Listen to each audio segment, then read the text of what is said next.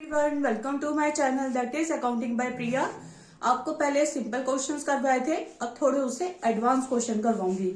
आइए देखते हैं। कैश इन हैंड दे रखा है दिसंबर 1 में 25,000। तो December 1 to balance broke down 25,000। Next देखिए, कैश सेल्स हो रही है हमारी। सीजीएसटी मतलब क्या होता है? Central goods and services tax 6%, SGST state goods and services tax 6%। मतलब ये सब कंबाइंड एंट्री है। अमाउंट इसका 40,000 है। तो सबसे पहले आप कैश सेल्स की एंट्री करेंगे टू सेल्स अकाउंट 40,000। आउटपुट मतलब जब आपकी सेल्स हो रही है तो आपका आउटपुट सीजीएसटी कितना हो गया? 2400। 40,000 का 6% और आउटपुट एसजीएसटी कितना हो गया? 2400। नेक्स्ट देखिए, आपने रिसीव्ड फ्रॉम एक्स 4,000, मतलब रिसीव कर रहे हो आप, कैश आ रहा है ना आपके पास, तो आप क्या लिखोगे? 2x 4,000। ओके। नेक्स्ट देखिए, पेड टू सोमपाल 4,900। आपने सोमपाल को पे करे हैं 4,900, तो बाय सोमपाल 4,900। डिस्काउंट रिसीव्ड भी मिल रहा है आपको 100। इसकी एंट्री हम यहाँ नहीं करेंगे, ठीक है, हम इसकी एंट्री आगे करेंगे। रिसीव्ड फ्रॉम राम, हमने राम से रिसीव करा है 7,800। डिस्काउंट अलाउड हुआ है हमें 200, तो राम से भी हम कैश रिसीव कर रहे हैं, तो टू राम 7,800। राइट। डिस्काउंट बच्चों, डिस्काउंट अलाउड और डिस्काउंट रिसीव्ड, इन सब की हमने जनरल एंट्रीज करनी होती है जिस भी क्वेश्चन में हमसे पूछा जाए। ठीक है, हमने ऐसे नहीं, हमने सिर्फ जनरल एंट्रीज करनी होती है डिस्काउंट अलाउड और रिसीव्ड की, और कुछ नहीं करना होता हमने। ठीक है जी। नेक्स्ट देखिए 20th की, बोट गुड्स फॉर कैश। हमने कैश पे गुड्स खरीदे हैं। सीजीएसटी इसमें भी 6% दे रखा है और एसजीएसटी 6%। अब हमने गुड्स खरीदे हैं, मतलब परचेज करे हैं, तो एंट्री क्या हो जाएगी? बाय परचेजेस अकाउंट 20,000 और इसमें इनपुट सीजीएसटी हमारा हो जाएगा 20,000 का 6% 1,200। इनपुट एसजीएसटी हमारा क्या हो जाएगा? 1,200। ओके। अब आपने कार्टेज पे करा है, सीजीएसटी इसमें भी 6% देना है, एसजीएसटी इसमें भी 6% देना है, तो by cartage account 1,000, by input CGST account 60, by input SGST account 60। Okay. मतलब यहाँ पे आप जो भी सीजीएसटी एसजीएसटी की एंट्रीज करोगे उसमें लिखोगे आप इनपुट, डेबिट साइड में जो भी एंट्रीज करोगे उसमें लिखोगे आप आउटपुट। ओके। अब देखिए, रेमिटेड टू किरण 1880। आपने किरण को जो है 1880 पैसे दिए हैं, ठीक है, तो किरण को भेजे है ना आपने, तो क्या एंट्री होगी? By Kiran 1880 1880।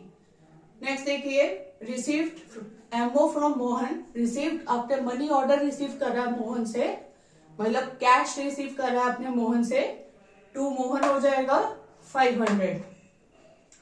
Borrowed from Mahavir.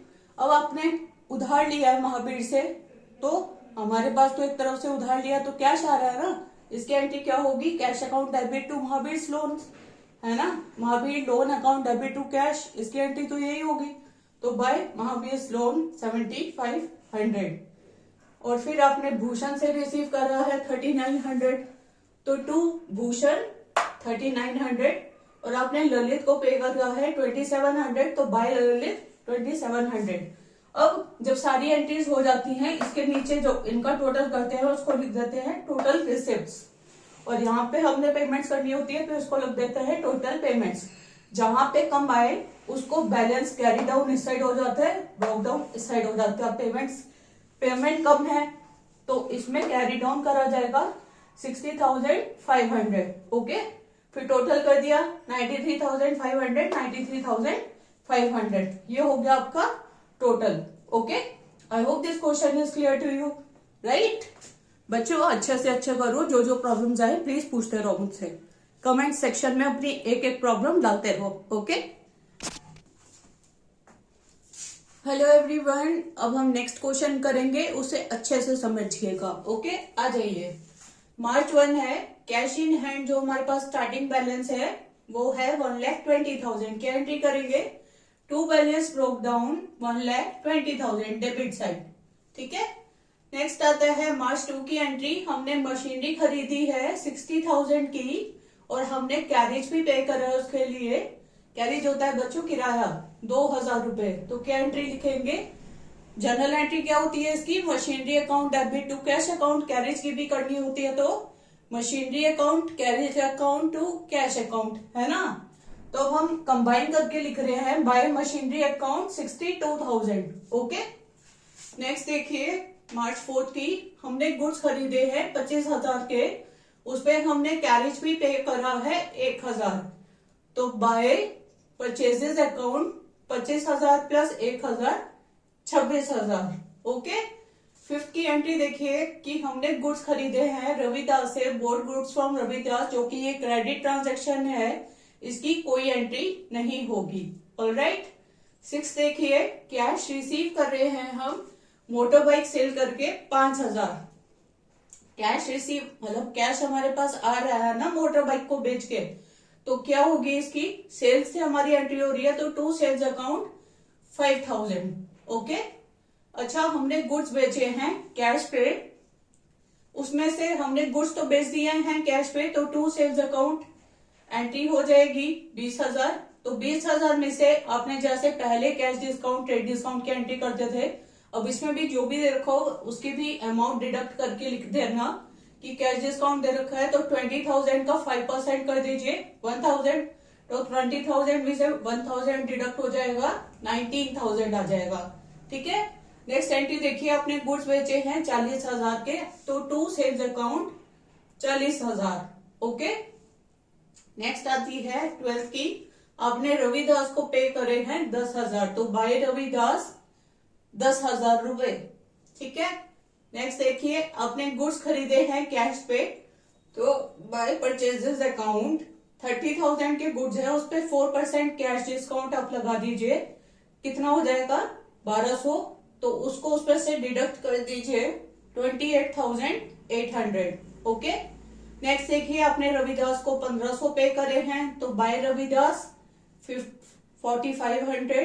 ठीक है, 25 की एंट्री क्या हो रही है कि आपने कैश कलेक्ट करा है अपने डेटर से, आपने जिसको माल बेच रखा होगा उससे पैसे लेने होंगे ना, तो उसके पास से पैसे आ रहे हैं जिसका नाम है अशोक, तो टू अशोक अकाउंट 10,000 रुपए। ठीक है, आपने फिर नेक्स्ट है आपने पोस्टल स्टैम्प्स खरीदी हैं, उसकी एंट्री हम दूसरी साइड कर देंगे बाय पोस्टल स्टैम्प्स।